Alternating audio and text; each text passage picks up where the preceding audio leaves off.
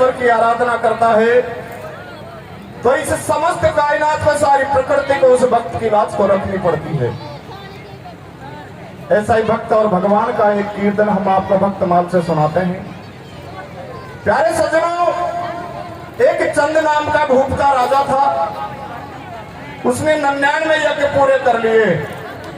पतिव्रता नारी जिसका नाम था रानी मलियागिरी, उधर को रानी मलियागिरी के गर्भ से 2 सुंदर पुत्र जन्म लेते हैं और उनका नाम रखा सायल और नीर।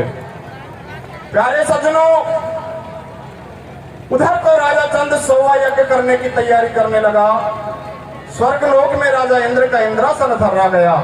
33 कोटि देवताओं की सभा बुलवाई गई।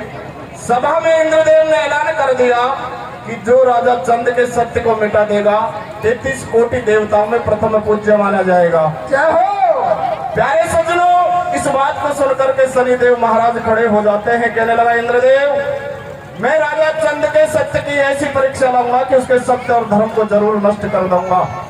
और प्यारे सज्जनों, वहां से शनिदेव चलते हैं, संत का रूप धारण करके राजा चंद के बगीचे में विराजमान हो जाते हैं। राजा चंद को समाचार लगा रहे कोई तेजस्वी संत हमारे बगीचे में आए हैं। राजा चंद शरणागत हो गया। जाकर संत के चरणों में प्रणाम किया। कहने लगा, महात्मा, आप हमारे महलों में पधारो, आपका भोजन और आसन तैयार है। सज्जनों, इस बात को सुनकर के वो शनि रूपी संत कहने लगा कि राजन, मैं तेरे महलों में चलूंगा, लेकिन मुझे 3 वचन दे कि जैसा मैं कहूं मेरी आज्ञा का पालन तू करेगा। राजा चंद सोचने लगा, रे जो संत है, जो महात्मा है, उससे मेरे कार्य की हानि नहीं हो सकती। और 3 वचन दे दिए। प्यारे सज्जनों, वो संत कहने लगा कि राजन सुनो, तुम रानी मलियागिरी को लेकर के आओ। अरे नंगे पाँव राजा रावण मुझे पालकी में अपने कंधे पर बिठाकर महलों में ले चलो, तब तेरे घर का दाना पानी पाऊंगा। प्यारे सज्जनों, वचन में बंधा हुआ राजा चंद रानी मलियागिरी के पास में पहुंच गया। अभी साहिल और नीर को जन्म दिया था, चलने योग्य नहीं थी। राजा चंद ने सारी बात बताई तो रानी मलियागिरी कहने लगी, प्राणनाथ, भले से मेरे प्राण चले जाए, आपके सत्य को नहीं जाने दूंगी। वहां से राजा चंद रानी मलियागिरी आते हैं। अरे नंगे पावन पालकी में उस संत को बिठा करके महलों में ले आते हैं। अब राजा चंद कहने लगा, अरे महाराज, आपकी शर्त पूरी कर दी, अब तो भोजन पाओ। तो शनि रूपी संत कहने लगा कि राजन, अभी तो मेरा दूसरा वचन सुनो कि तेरे घर का दाना पानी पाने की बात तो छोड़, अब मैं दूसरे वचन में तेरा सारा राजपाट, धन दौलत, खजाना मांगता हूँ। ये सब मेरा है और मेरे नगर से तुम अभी निकल करके जाओ, मेरा ये राज आदेश है। प्यारे सज्जनों, वचन में बंधा हुआ राजा चंद अपने नगर को उस शनि रूपी संत को सौंप करके और अपने देश को छोड़ करके जाता है। चलते चलते और माँ गंगा के तट पर पहुंच गए। रानी मलियागिरी ने एक पलने में और सायल और नीर को ले लिया। चलते चलते माँ गंगा के तट पर पहुंच गए। राजा चंद रानी से कहने लगा, रानी, अरे मैं सायल और नीर के पलने को माँ गंगा के पार उतार करके आता हूँ, जब तक तुम यही माँ गंगा के तट पर मेरा इंतजार करो, क्योंकि यहाँ का दाना पानी हम पा नहीं सकते। यहाँ तक हमारे नगर की सीमा है, हमें नगर को पार करके जाना होगा। तो प्यारे सज्जनों, उधर को राजा चंद चलता है, सायल नीर के पलने को अपने पाते पर रखा, माँ गंगा के पार उतर गया। दूसरे घाट पर जाकर सायल नीर के पलने को रख दिया और जो ही रानी मलियागिरी को लेने के लिए वापस माँ गंगा के जल में उतरते हैं तो बीच गंगा में आते आते फिर शनि देव ने माया से जाल रचा दिया और माँ गंगा के जल की धार को चढ़ा दिया। तो बीच गंगा में आते आते राजा चंद बह गया। तो प्यारे सज्जनों, माँ गंगा के एक तट पर रानी मलियागिरी तड़पती रह जाती है, दूसरे तट पर 2 दिन के सायल नीर पलने में रोते बिलखते रह जाते हैं और बीच गंगा में राजा चंद बह जाता है। लेकिन भगवान करैया कैसे भक्तों की लाज को रखते हैं, आप हमारे कीर्तन के माध्यम से सुनाए। सुनाओ भैया।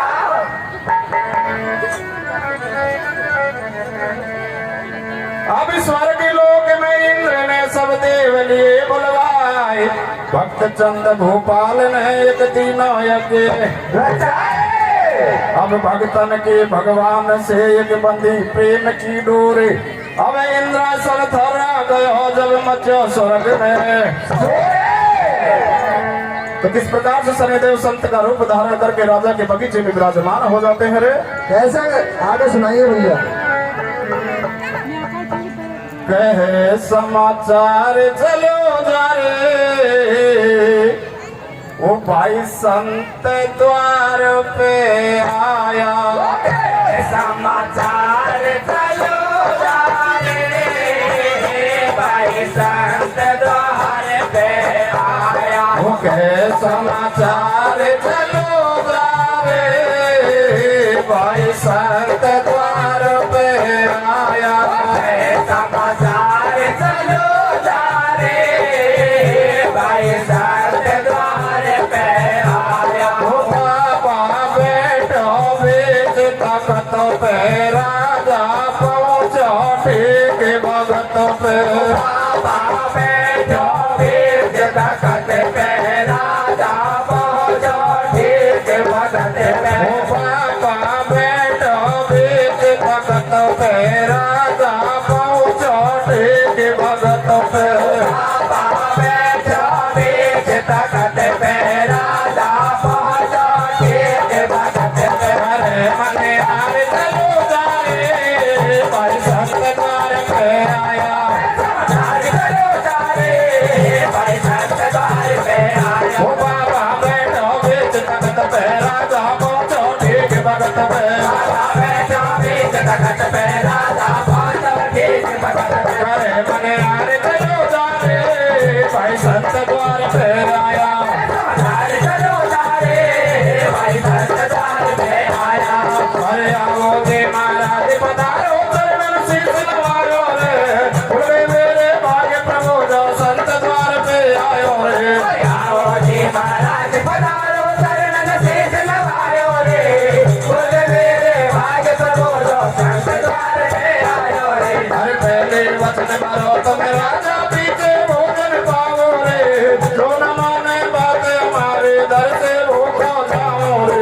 पहले वचन भरो तुम राजा, पीछे भोजन पाओ रे, तो न माने बात हमारी, दर से भूखो जाओगे। अरे चंद सूरज टले जगत में टले धरा में तारे, वो चंद को वचन टले ना मानो बात हमारी।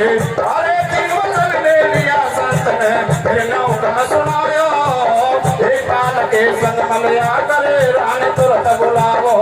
अरे धरने पे चलो पाल के, मैं करूँ यशवारे, कैसे धर्म बचे राजा ने मन में बात विचारी। अरे रानी 2 दिन का जापा मैं अटकर संत बुढ़ापा में। ये 2 दिन का जापा में हट कर गया संत बुढ़ापा में। अरे रानी मरे आकर सुन प्यारे, बाबा के न कर ले पाड़े, राजा ने खेद दियो सारो, मेरा धर्म गटे लग जाता हूँ। जापा में सो रही है रानी, तेरा धर्म गटे सके आनी, मेरे प्राण बदन से जाए वचन ना टूटेगा टूटेगा, अरे मैं चलो प्रिया के संग धर्म ना टूटेगा टूटेगा। धोय मिलंगे पावन चले पाल के कंधा पे कंधा पे, वो बाबा दिल्लियों में ढाए बसे हम कंधा पे कंधा पे। आए मैं तवे रानी के तन के बड़े जब पावन में छाले नूर था, रानी के छाई सुमर दियो, राम रघुराई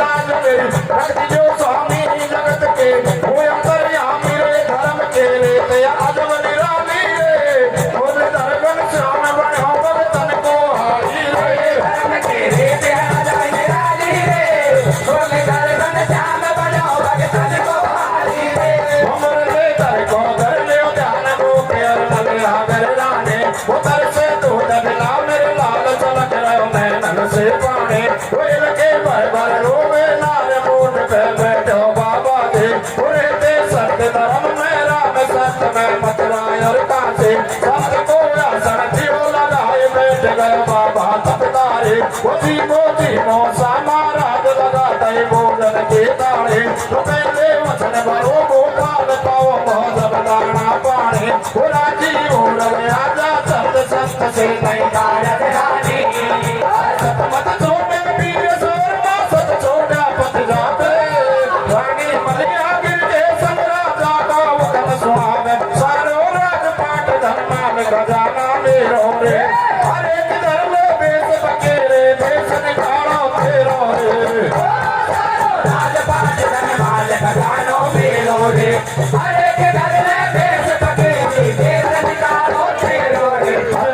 पटेरे धार करे मैलन से चारों प्राणी रे लोयन गढ़ से राम आज में उठ गयो दाना पानी रे सायल दे रलिया को दे चल दे राजा रानी रे पया देख के पड़े दोपहर में रानी चढ़े उगानी रे कैसे सतन के राजा को सनी देव ने सोची रे करण परीक्षा चलो भूप के बन गए फोटो मोची रे धरी कंधे पे रोए बातरा राजा बोले गोचड़े कहना दो राजा रानी के दो दिन बजा पालना मैं तो से देना बने को कट लेना रे पैदल चलता चलता पाँव बढ़े ले घोड़ दौड़ी पैदल चलता चलता पाँव बढ़े ले घोड़ दौड़ी पैदल चलता चलता पाँव बढ़े ले घोड़ दौड़ी अरे भाई बोल मिले या सोच बात न सोची मैं सत्य खातिर से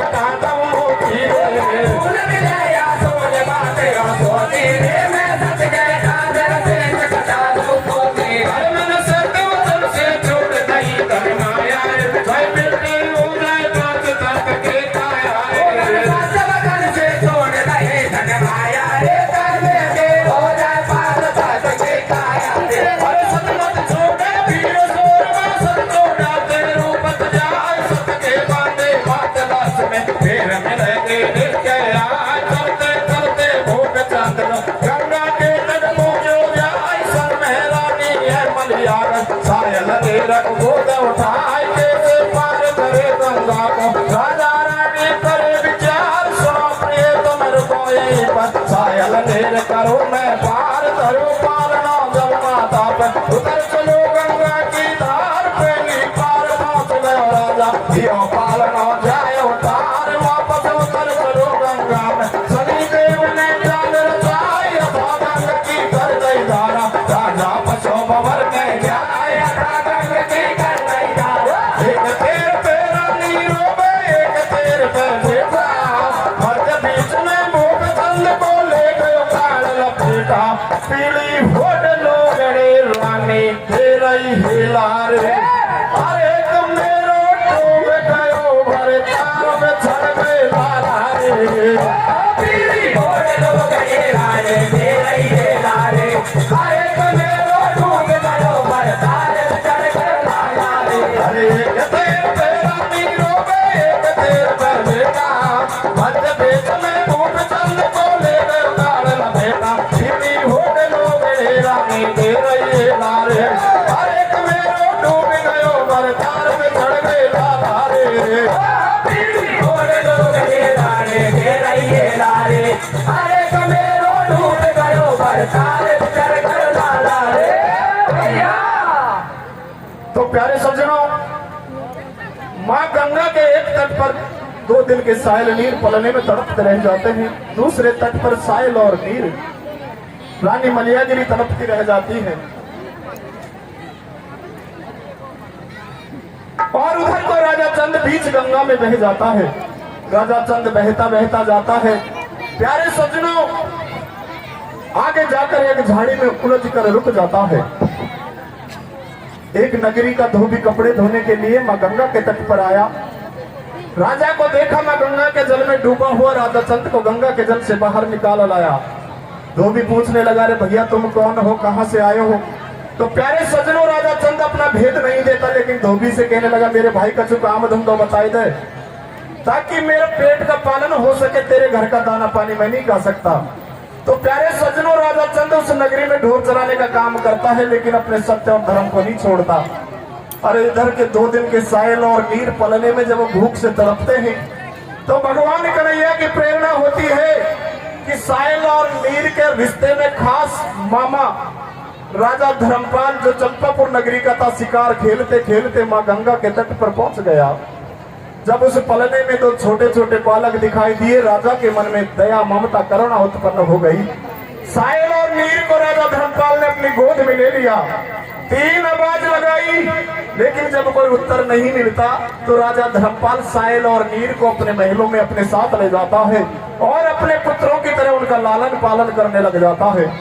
प्यारे सज्जनों उधर को गंगा के दूसरे तट पर रानी मलियागिरी रोते रोते भगवान कन्हैया से कहने लगी, रे कन्हैया, हे गोविंद, मैंने कभी जीवन में कोई पाप कर्म नहीं किया। मैंने कभी अपने कर्म से, अपने वचन से मैंने कभी पर पुरुष का चिंतन नहीं किया। हमेशा अपने पति के चरणों को गोविंद मान करके उनके चरणों की सेवा की है। लेकिन आज मेरे कौन से जन्म का पाप उदय हो गया कि मेरे आंखों देख मेरे पति माँ गंगा के जल में डूब गए। अरे मेरे 2 दिन के सायल और नीर मुझसे बिछड़ गए।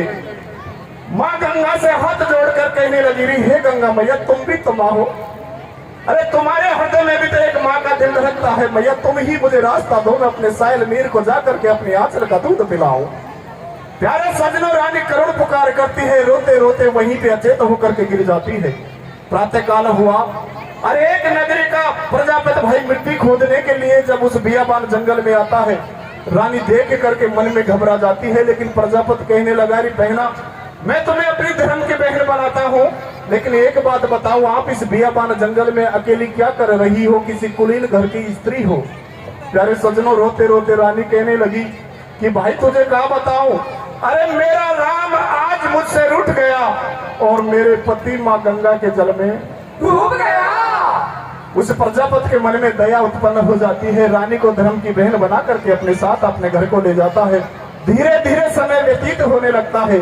प्यारे सजनों, कुछ समय के बाद में उस नगरी में एक बंजार अपनी बालक को लेकर पहुंच गया। अब वो प्रजापति पानी भरने के लिए उस बंजारे के डेरे पर पहुंच गया। एक दिन अपनी धर्म की बहन रानी मलियागिरी को अपने साथ में ले जाता है, तो रानी मलियागिरी के रूप को देख करके वो बंजारा काम का मोहित हो गया। उस प्रजापति की घरवाली को सोने की 8 मोहर देकर के लालच में ले लिया और वो धर्म की भाभी अपनी धर्म की ननद को उस बंजारे के डेरे पर छोड़ करके वापस घर को लौट आती है। उधर को शाम होने को आती है। बंजारा मद में चूर होकर के रानी से अनीति की बात करता है। प्यारे सज्जनों, रानी 3 कदम पीछे हट गई और बंजारे से कहने लगी, रे बंजारा, मैं पतिव्रता स्त्री हूँ। अरे मैं अपने पति धर्म के पालन से सूरज की गति को रोक सकती हूँ। अगर तुमने मेरी मर्जी के खिलाफ मुझे हाथ भी लगाया तो तुझे श्राप दे दूंगी। प्यारे सज्जनों, सत्य के सत्यत्व को देख करके और वो बंजारा 12 कदम पीछे हट गया। लेकिन रानी से कहने लगा, रानी सुनो, तुम कहती हो ना कि पतिव्रता स्त्री हो, तो मैं तुझे 12 वर्ष की मोहलत देता हूँ। अगर तेरा पति धर्म सच्चा है तो 12 वर्ष में तेरे पति और पुत्र तुझे मिल जाएंगे, वरना 12 वर्ष पूरी होते होते मैं तुम्हें अपनी बंजारी बना लूंगा। तो प्यारे सज्जनों, वहां उस बंजारे के और रानी मलियागिरी के बीच में 12 वर्ष के कौल करार हो जाते हैं। अब धीरे धीरे कैसे 12 वर्ष पूरी होने को आती है और वो बंजारा कैसे रानी को लेकर के रानी के पीहर चंपापुर नगरी ही पहुंच जाता है और कैसे 12 वर्ष के बाद में सायल और नीर अपने मैया के पैरा देने के लिए आते हैं। क्या कथा बनती है, भगवान गोविंद कैसे भक्तों की लाज को रखते हैं, आप कीर्तन के माध्यम से सुनाएं। हेलो। और उधर को रानी मलियागिरी माँ गंगा के तट पर सायल और नीर को याद करके क्या सोचने लगती है? क्या सोच रही है भैया?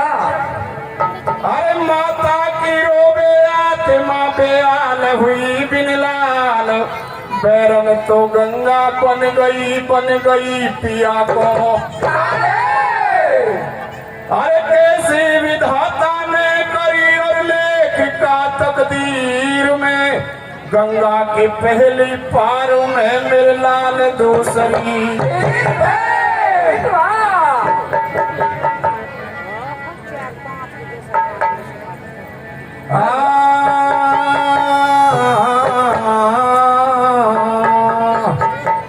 अरे बेटा मेरे आंचल को वो दूध कैसे पिलाऊं बता, वो गंगा में डूब गयो, वो छोड़ अड पर मैं तेरा पिता। बेटा मेरे आंचल को दूध कैसे पिलाऊं बता, वो गंगा में डूब गया, छोड़ अड पर मैं तेरो पिता। अरे बेटा मेरे आंचल को दूध कैसे पिलाऊं बता, गंगा में डूब गया, छोड़ अब पर मैं तेरा पिता। बेटा मेरे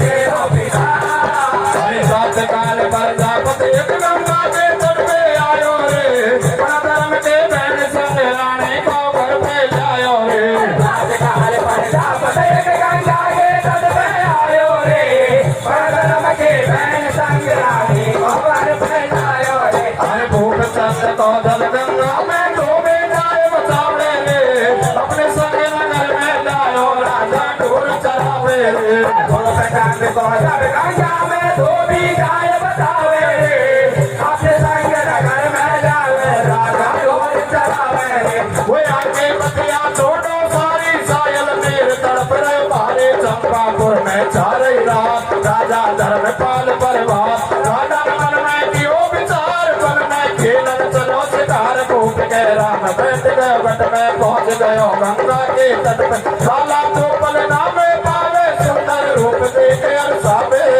सोने पर गई गोद गोद में उठा लिए दोनों सैया रानी मलिया गिर को राजा है माजा यो भैया सर पे दो दबिना दो लाल कतई ना सोते में अरे कि राजा धर्मपाल ने लिया भाणजा गोदी में दूध बिना दो लाल कतई ना सोती में हरे के राजा धर्मपाल ने लिया भाणजा गोदी में अरे सोने भर गई गोद गोद में उठा लिए दोनों सैया रानी मलिया गिर को राजा है माजा यो भैया सर पे दो दबिना दो लाल कतई ना सोते में अरे कि राजा धर्मपाल ने लिया भाणजा गोदी में दूध बिना दो लाल कतई ना सोती में हरे के राजा धर्मपाल ने लिया भाणजा गोदी में हरे रानी प्रजापति में गए राजा धोखे के मामा ने सायल मेरे उठा लिया गोदी में प्रजापति के घर राजा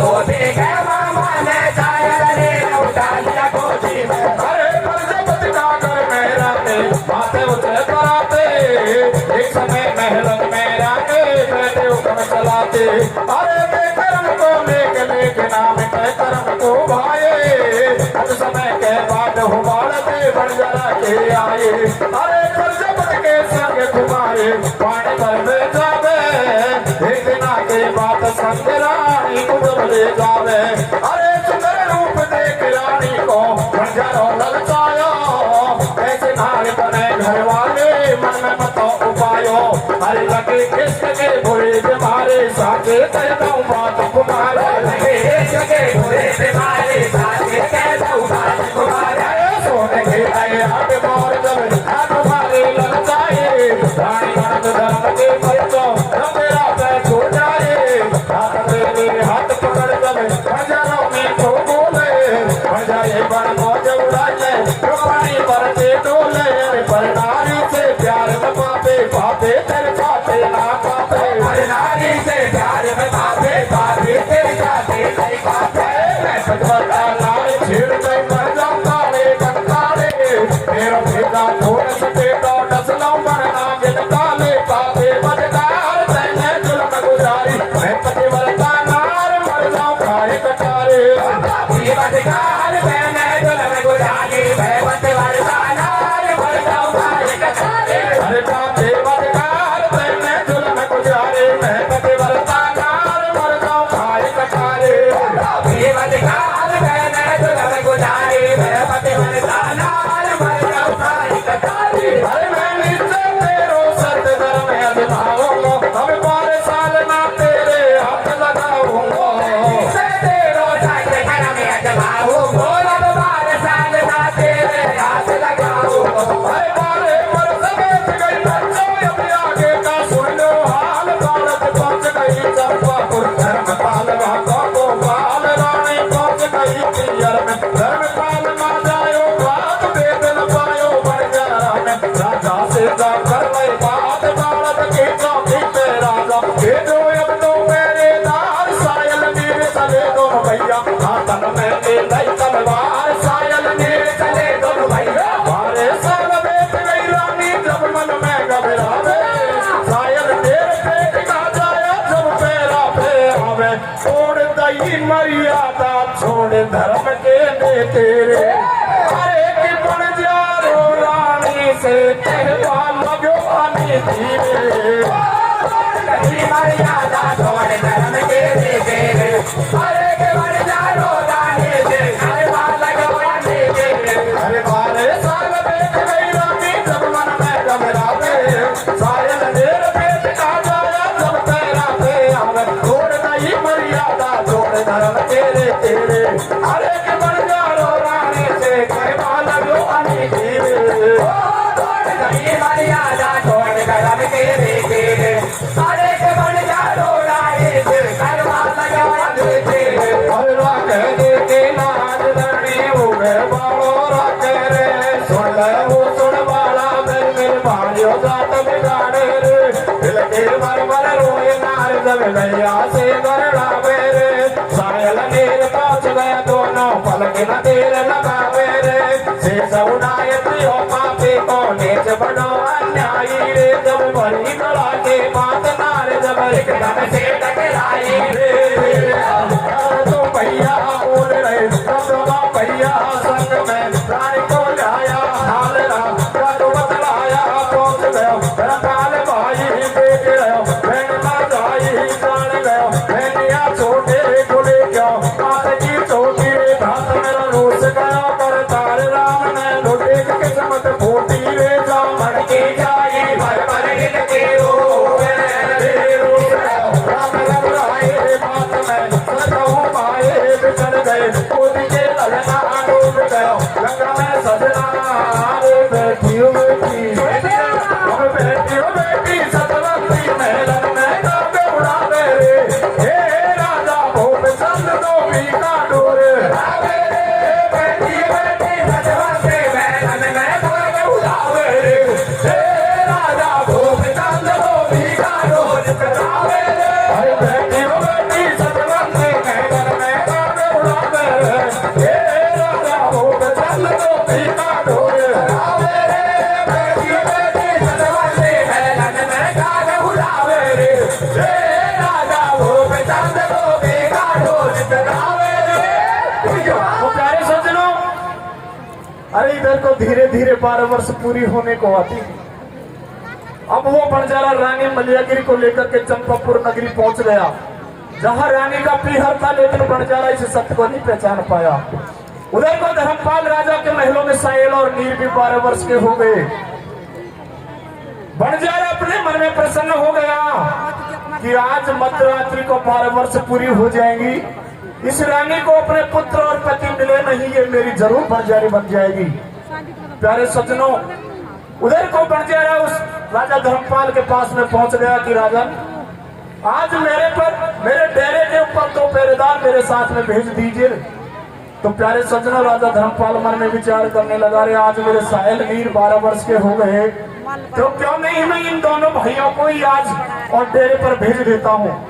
प्यारे सज्जनों, सायल और नीर अपने हाथों में तलवार लेकर के उस बंजारे के डेरे के बाहर पैरे पे नियुक्त हो जाते हैं। और उधर का वो रानी मलियागिरी भगवान करैया को याद करने लगी। धीरे धीरे रात होने लगी, मन में सोचने लगी, विचार करने लगी, रे भगवान, आज मध्यरात्रि को 12 वर्ष पूरी हो जाएंगी। हे भगवान, करूं तो कहा करूं, इस दुष्ट से मेरी लाज को कौन बचाएगा।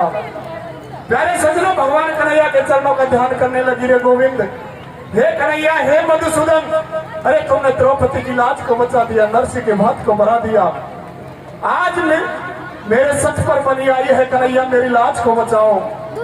रानी मलियागिरी दोनों हाथ जोड़ करके माँ पृथ्वी से कहने लगी कि हे धरती मैया, हे मैया, तुमने पहले माता सीता को अपनी गोद में स्थान दिया है, लेकिन मैं भी तो वैदेही की तरह पवित्र नारी हूँ मैया, अपनी गोद में ही मुझे स्थान दे दो। हे धरती मैया, तुम फट क्यों नहीं जाती, मैं तुझ में समा जाऊं।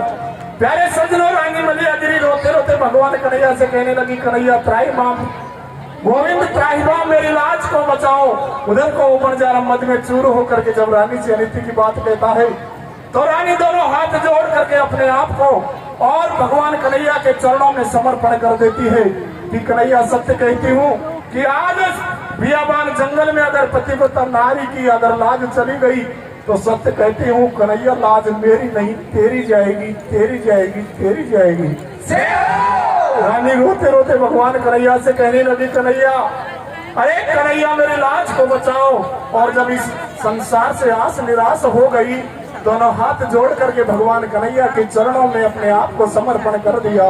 श्री कृष्ण करुणा सिंधु दीन बंधु जगतपते गोपेश गोपी कांत राधा कांत नमस्ते। कन्हैया मेरी लाज को बचाओ, कन्हैया मेरी लाज को बचाओ।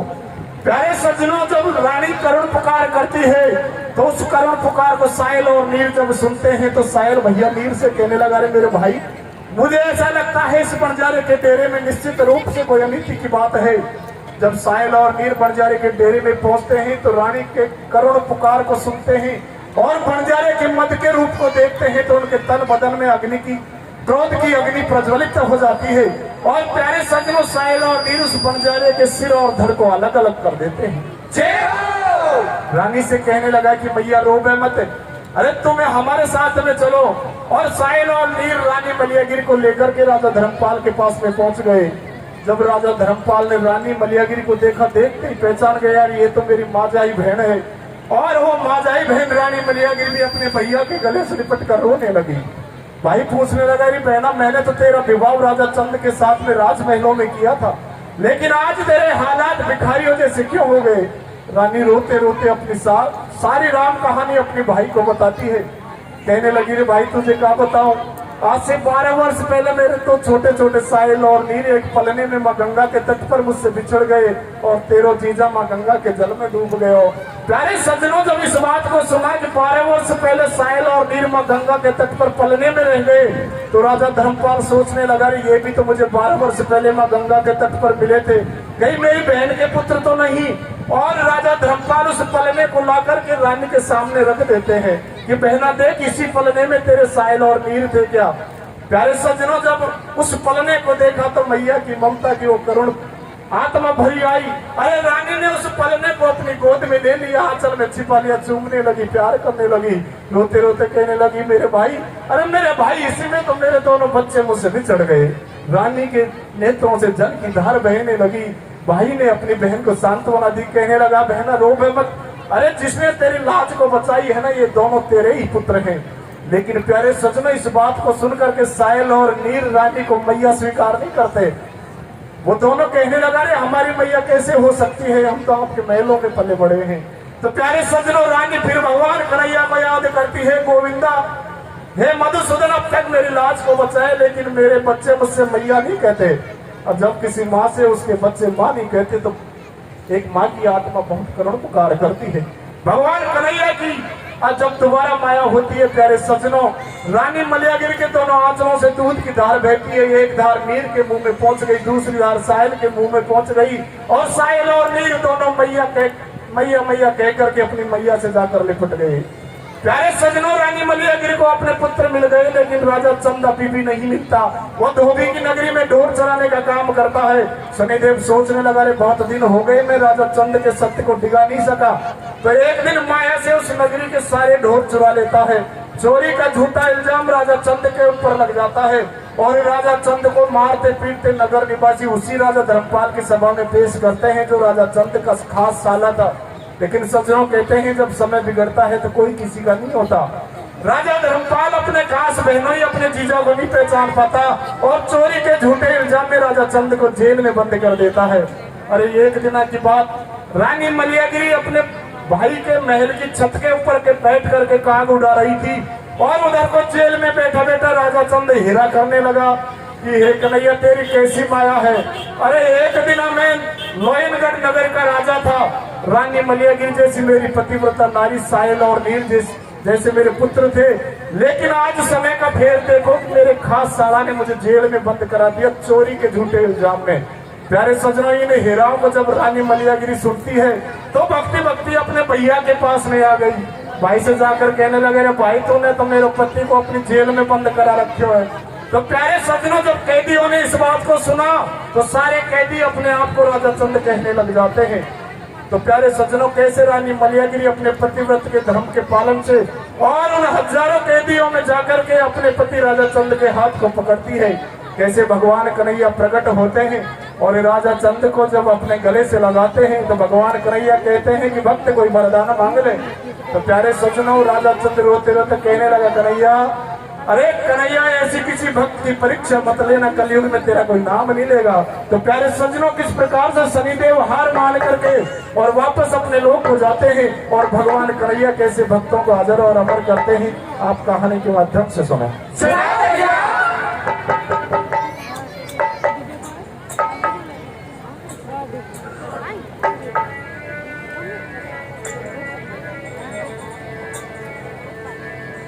और जब राजा धर्मपाल कहने लगा, बहना रो बे मत, अरे तेरे साहिल और मीर यही है, तो क्या कहती है भैया,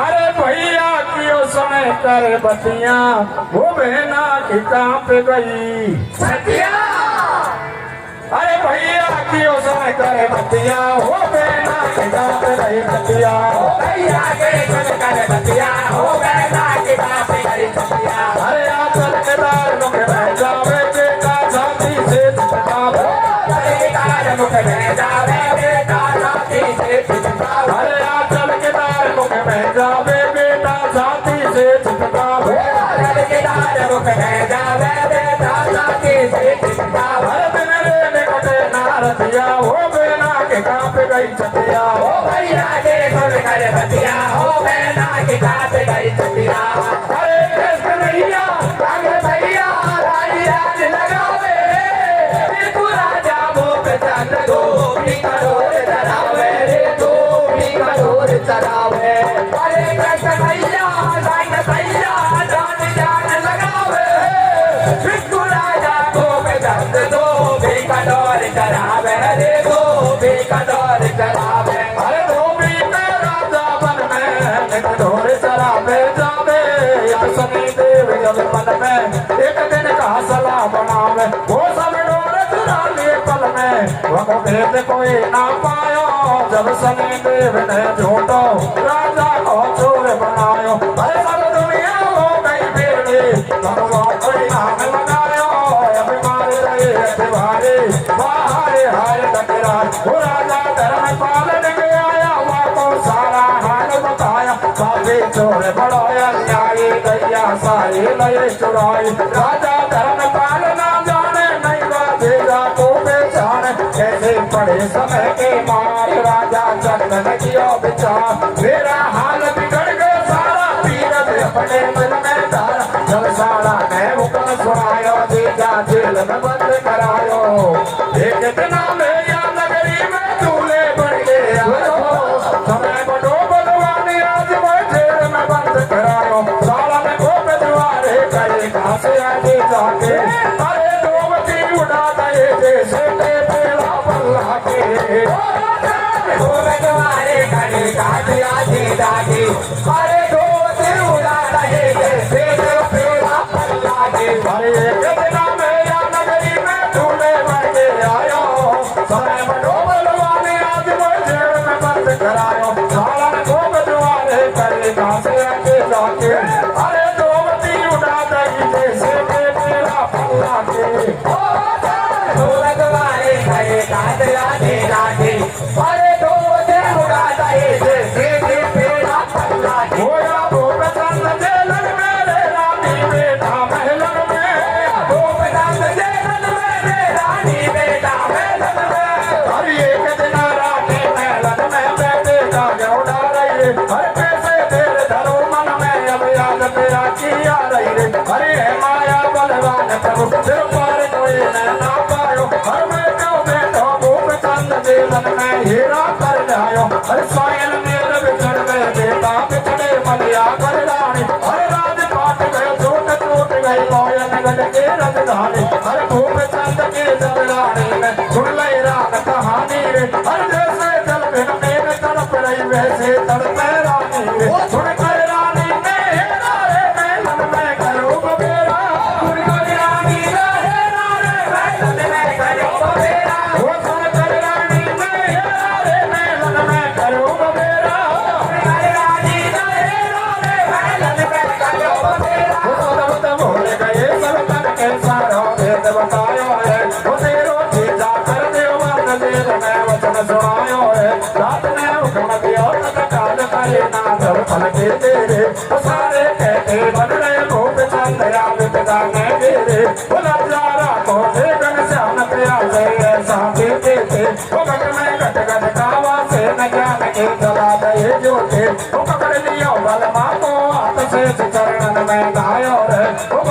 हे भक्ति को श्याम तनी ने मान बनाया है हर सत्य धर्म के नाम बना भव सागर पार उतारे भूप छंद से मिल में कोमल आगे बुझा पसार प्रगटे से समुद्र को नाथ भगत